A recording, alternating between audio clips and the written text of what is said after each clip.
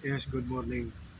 So today we are going to have a case digest for uh, Justice Ami Lazaro Javier. So this is for the incoming bar exam. So here we have GR number 232677, June 8, 2020. Minandro A. Susbinya, petitioner versus Benigno M. Bunafe.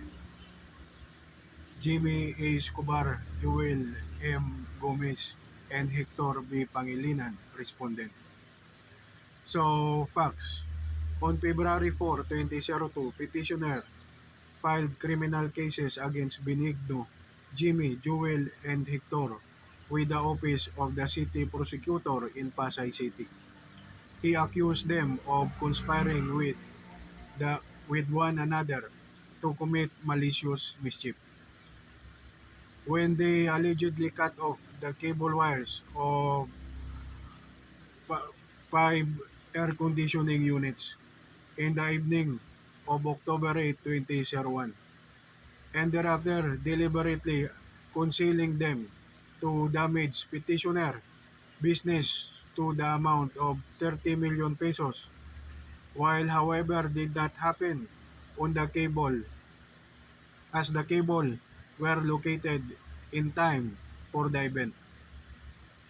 These air conditioning were installed at a tent pavilion for an exhibit by the Philippine government. Issue: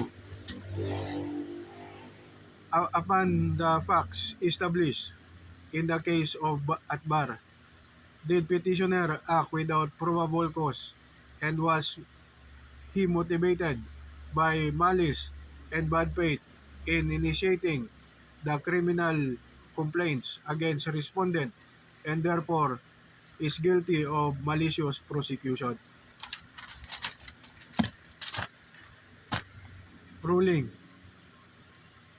to sum up, in all probability, petitioner was motivated by ill will and bad blood against respondents in the initiation of criminal complaints at the officer of the city prosecutor.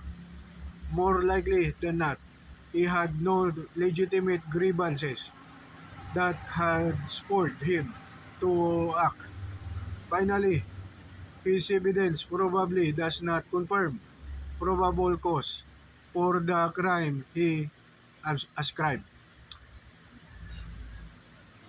To respondents, this legal conclusion flow more likely than not from the facts validated by the investigating prosecutor, the trial court, and the Court of Appeals. Accordingly, the petition is denied. The decision dated June 30, 2017 of the Court of Appeals, COA, in CAGRCB number 10440, and the decision dated April 22, 2014 of the Regional Trial Court, Branch 22, Manila, in civil case number 2104536 as affirmed, with modification as follows. Petitioner Minandro Sosminya is ordered to pay each of respondent Benigno Bunape, Jimmy Escobar, Joel Gomez, and Hector Pangilinan 30,000 pesos as moral damages, 20,000 pesos as exemplary damages, and 10,000 pesos as attorney's fees for malicious prosecution. All monetary awards are subject to 6% per annum from finality of the decision until fully paid. So ordered. So that's it. That's a case digest of Justice Ami Lazaro Javier. So obviously this is a case involving civil code. So we will consider this a civil code problem. So thank you for watching. Thank you, good day, and God bless.